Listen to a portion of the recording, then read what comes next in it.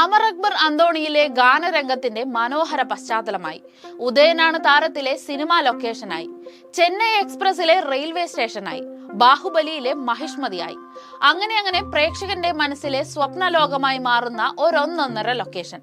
അതാണ് ഹൈദരാബാദിലെ Ramoji film city, Guinness ബുക്കിൽ ഇടം പിടിച്ച സിനിമാ നഗരം.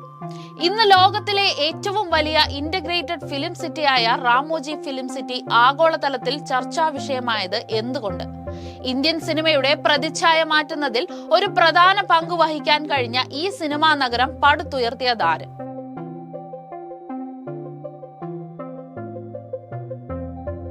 ആരാണ് റാമോജി റാവു?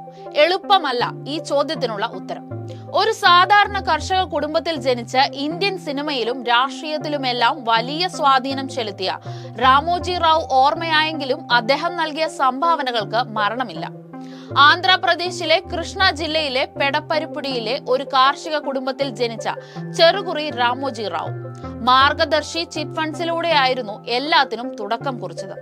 തുടർന്ന് വ്യത്യസ്തമായ നിരവധി മേഖലകളിൽ വിജയം നേടിയ അദ്ദേഹം ആന്ധ്രയിലെ ഏറ്റവും വലിയ വ്യവസായ ശൃംഖലയാണ് പടുത്തുയർത്തിയത്. 1983 റാമോജി റാവു ചലച്ചിത്ര നിർമ്മാണ കമ്പനിയായ ഉഷ കിരൺ മൂവി സ്ഥാപിക്കുന്നത്. പിന്നീട് അങ്ങോട്ട് ഈ നിർമ്മാണ കമ്പനിയുടെ ബാനറിൽ നിരവധി ഹിറ്റുകൾ പിറന്നു.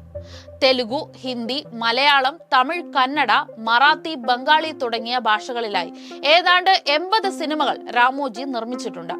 സാമൂഹിക പ്രശ്നങ്ങളെ കേന്ദ്രീകരിച്ചുള്ള ചിത്രങ്ങൾക്കൊപ്പം യുവ പ്രേക്ഷകരെ ആകർഷിക്കുന്ന മികച്ച വിനോദ സിനിമകളും ഉഷ കിരൺ മൂവീസിന്റെ ബാനറിൽ പുറത്തെത്തി. പിന്നീടാണ് ഫിലിം സിറ്റി എന്ന ആഗ്രഹം മനസ്സിൽ നാം വിട്ടു തുടങ്ങിയത്.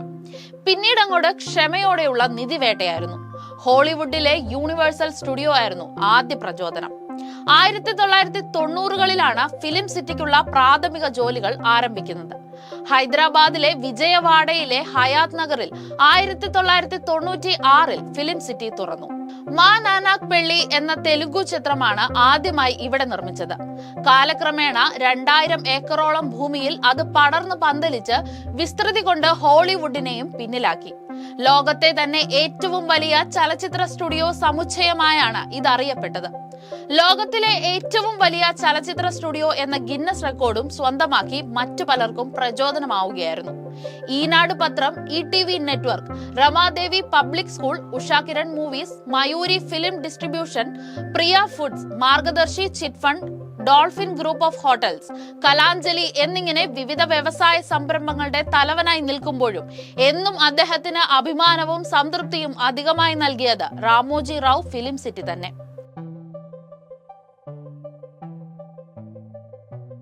ഇനി സ്വപ്നതുല്യമായ ആ സിനിമാ നഗരത്തെ പറ്റി പറയുകയാണെങ്കിൽ, ഒരേ സമയം നിരവധി ചിത്രങ്ങൾ ഷൂട്ട് ചെയ്യുന്ന ഈ നഗരം സിനിമാ പ്രേമികൾക്ക് ഒരു വിഷ്വൽ ട്രീറ്റ് തന്നെയാണ്.